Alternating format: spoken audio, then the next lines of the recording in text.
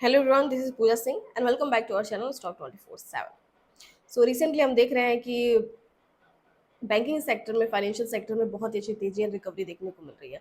And ये data already हम पिछले 2-3 महीने से डिस्कस कर रहे हैं, क्योंकि आरबीआई जो है लगातार लिक्विडिटी बढ़ाने के लिए specially banking sector and micro finance sector में बहुत कुछ कर रही है। जो भी सख्ती थी ना, उसको कम कर रही है ताकि लिक्विडिटी बढ़े एंड अपना मार्केट पॉजिटिव हो। एंड रिसेंटली जो है 2 बार इस साल आरबीआई ने रेट कट करके वैसे ही पॉजिटिविटी जो है बरकरार रखी है।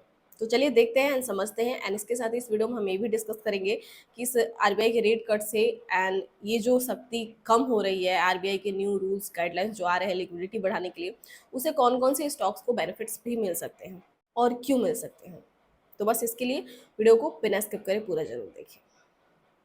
एंड जो भी चैनल पर नए हैं उन सभी से छोटी सी रिक्वेस्ट है कि वीडियो को ज़्यादा से ज़्यादा लाइक और शेयर करें। सो देखिए, ये बैंक निफ्टी का चार्ट है। ऑलरेडी जो है कई बार डिस्कस भी किया है मैंने यूट्यूब पर भी, एंड मेंबर्स के साथ भी मैं डिस्कस करती हूँ। तो यहाँ पर देखिए कुछ चैनल्स क्रिएट किए थे एंड एग्जैक्टली आप देख सकते हो कि ये चैनल उसी तरीके से काम किया है। एंड यहाँ पर ये हमें जो है ऑलरेडी टच करता हुआ नजर आ रहा है। आप देख सकते हो कि पिछले 6 महीने से लगातार ये गिरावट देखने को मिली। लगभग 48,000 तक के इस गिरावट में, इस बड़े करेक्शंस में बहुत टाइम लगा, टाइम टेकिंग था, लेकिन आप देख सकते हो कि पिछले 2 महीने में कितनी बड़ी रिकवरी देखने को मिल गई है।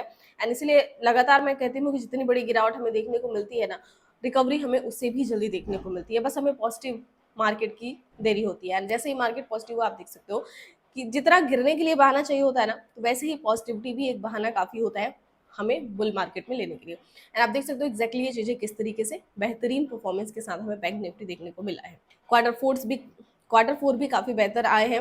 एचडीएफसी बैंक का भी क्वार्टर 4 अच्छा रहा है, वेटेज उसका ज्यादा है, तो उस हिसाब से भी इंडेक्स परफॉर्मेंस दे रहे हैं। अब चलिए बात करें कि पॉजिटिविटी किस बेसिस पर आई है। सबसे पहले तो रेट कट्स हुए हैं एंड दूसरा आरबीआई ने लिक्विडिटी बढ़ाने के लिए बहुत सारी चेंजमेंट की है। मैं सिर्फ 2025 की बात कर रही हूँ एंड अभी रिसेंट चेंज की बात करते हैं। तो यहाँ पर देखिए, आरबीआई ने जो है 21 अप्रैल 2025 को एलसीआर यानी कि लिक्विडिटी कवरेज रेशियो का एक नया रूल जो है जारी किया है, जिसमें 1 अप्रैल 2026 से ये जो है लागू होंगे। ध्यान दीजिए, 2026 से लागू होने वाला है। क्या क्या चेंजमेंट किए हैं अब ये सिंपली आपको बता दूं कि सभी चीजें लिक्विडिटी बढ़ाने के लिए है। एंड जो भी कड़ी थी, जो भी सख्ती थी ना, उसको थोड़ा कम कर दिया है गया है, जिससे कि बैंकों के मार्जिन बढ़ सके। मैं अगर सिंपल वर्ड्स में बताऊं तो लोन्स वगैरह देने में आसानी हो, ये सारी चीजें के लिए की गई है। चेंजमेंट क्या किया गया है कि जो डिजिटल डिपॉजिट है उस पर रन ऑफ फैक्टर में कमी कर दी गई है, जो 5% से घटाकर 2.5% कर दिया गया है। स्टेबल रिटेल डिपॉजिट जो है 7.5% एंड जो लेस स्टेबल डिपॉजिट है 12.5% कर दिया गया है। ये बड़ा चेंजमेंट किया गया है।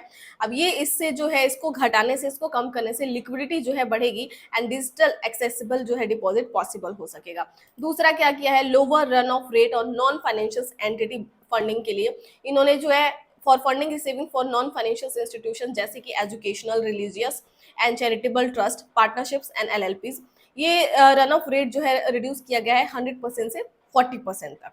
एंड ये चेंज जो है बैंकों के लिए काफी इजियर बनाएगा। इसके बाद देखिए, haircut on government securities. Haircut का मतलब यहाँ पर वैल्यूएशन रिडक्शंस है, इस चीज का ध्यान रखिए। जो गवर्नमेंट सिक्योरिटीज जी सेक्स है, उसके थ्रू ये चीजें की गई हैं। अब देखिए इसका एक्सपेक्टेड इम्पैक्ट क्या है। हायर लिक्विडिटी फॉर बैंक्स, बैंकों के लिए लिक्विडिटी बढ़ जाएगी एंड ये अबाउट जो है 6% पॉइंट से बढ़ेगा। 6% बहुत ही बड़ा नंबर है।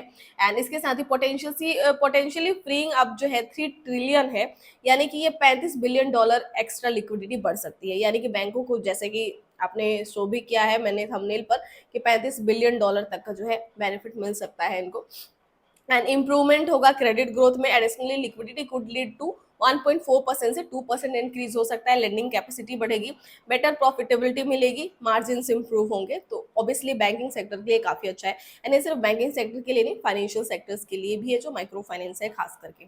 सो आरबीआई ने ये किया है लिक्विडिटी बढ़ाने के लिए, फ्लेक्सिबिलिटी बढ़ाने के लिए, फाइनेंशियल स्टेबिलिटी बढ़ाने के लिए।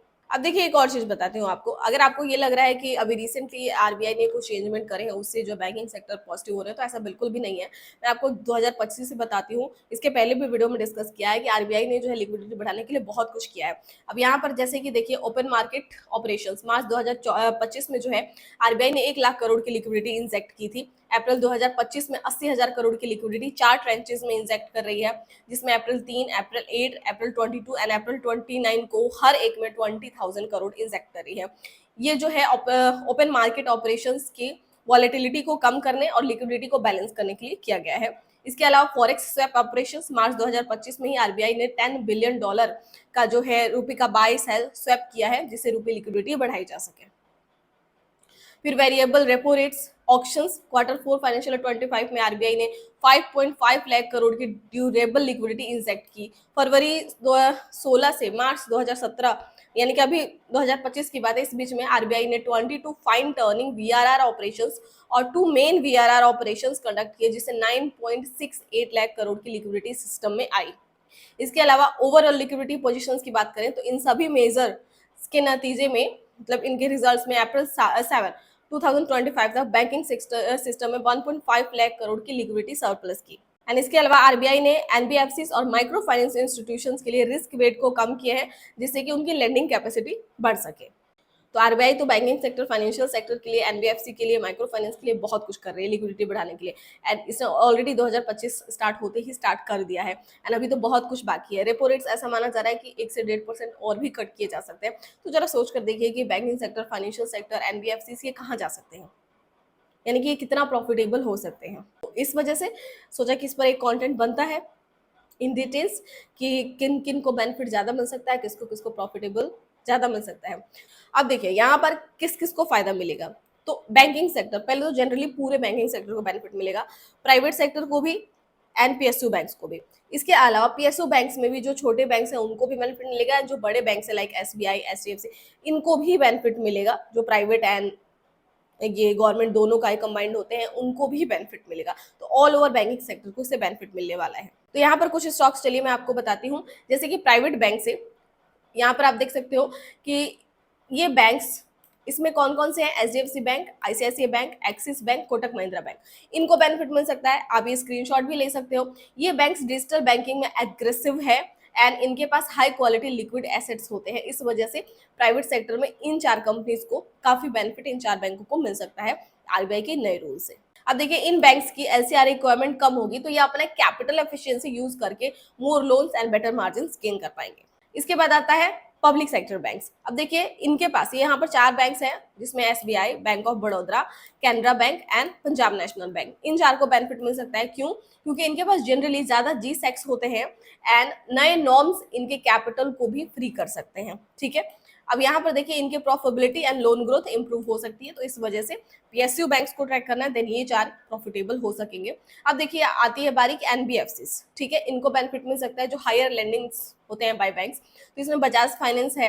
बजाज फाइनेंस को ऑलरेडी बहुत लो से ट्रैक किया है, एटलीस्ट मेंबर्स के साथ तो हमने प्रॉफिट भी अच्छा खासा जनरेट किया है।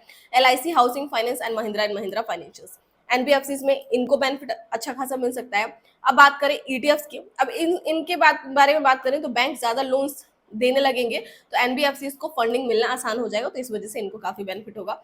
अब देखिए banking ETF and index fund को भी ऑब्वियसली बेनिफिट मिलेगा, जिसमें Nippon India ETF, bank 20, ICICI Prudential's banking ETF and Kotak banking ETFs, इनको अच्छा खासा बेनिफिट मिल सकता है।